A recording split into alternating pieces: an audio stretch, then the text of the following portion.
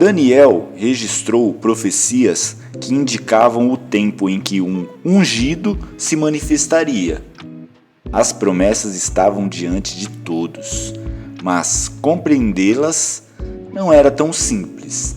Cada pessoa imaginava um Messias de uma maneira diferente.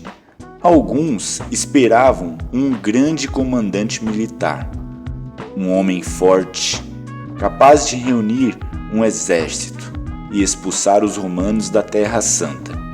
Outros sonhavam com um rei semelhante a Davi, um governante poderoso que devolveria a glória a Israel. Havia também aqueles que aguardavam um profeta extraordinário, alguém que realizaria sinais diante do povo.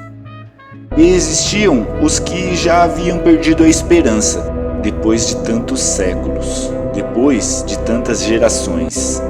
Parecia difícil acreditar que ainda veriam o cumprimento das antigas promessas, mas Deus nunca mede o tempo da mesma forma que os homens. Aquilo que parecia demora era preparação. Cada geração havia recebido uma parte da história.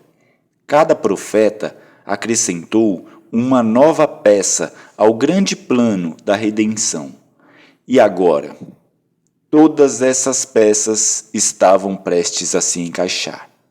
O povo aguardava um libertador para Israel, mas Deus enviaria um Salvador para o mundo.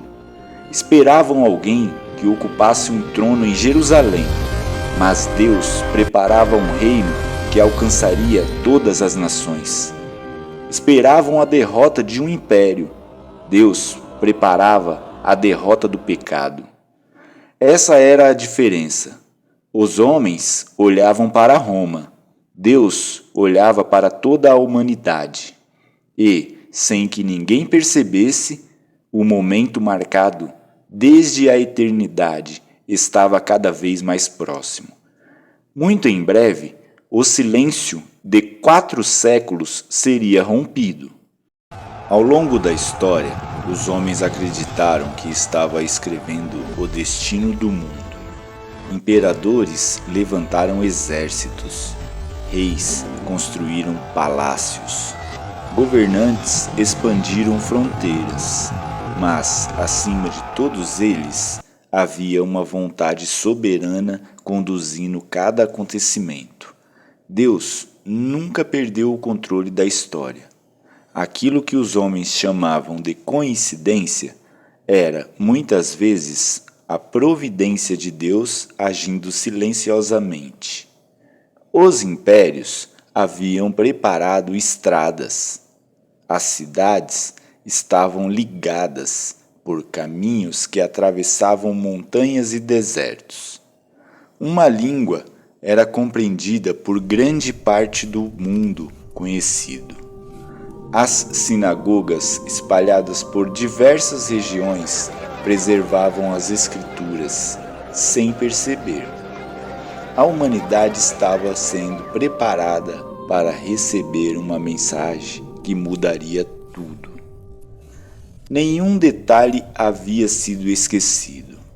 Cada geração cumpriu o seu papel. Cada profeta anunciou uma parte da promessa. Cada acontecimento aproximou o mundo daquele momento. E quando tudo estava pronto, quando o cenário havia sido cuidadosamente preparado, quando o tempo determinado por Deus finalmente chegou, o céu decidiu voltar a falar, não diante de multidões, não nos palácios de Roma, nem entre os homens mais poderosos da terra. Deus escolheu agir em silêncio. Escolheu começar por um homem simples, um sacerdote, fiel, justo diante do Senhor. Seu nome era Zacarias. Durante muitos anos, ele serviu no templo com dedicação. Ao lado de sua esposa Isabel, carregava uma dor conhecida apenas por Deus. Os dois envelheceram sem ter filhos. Mesmo assim, nunca abandonaram a fé. Continuaram obedecendo, continuaram servindo, continuaram confiando. Eles não sabiam, mas cada oração feita ao longo daqueles anos haviam sido ouvida. Na manhã que mudaria a história, Zacarias caminhava em direção ao templo. Para ele, seria apenas mais um dia de serviço. Mas, para Deus, era o início de uma nova era. Depois de 4 séculos de silêncio, o primeiro capítulo do cumprimento das antigas promessas estava prestes a começar. E pela primeira vez em cerca de 400 anos, o céu voltaria a falar. Mas essa história começa no próximo episódio.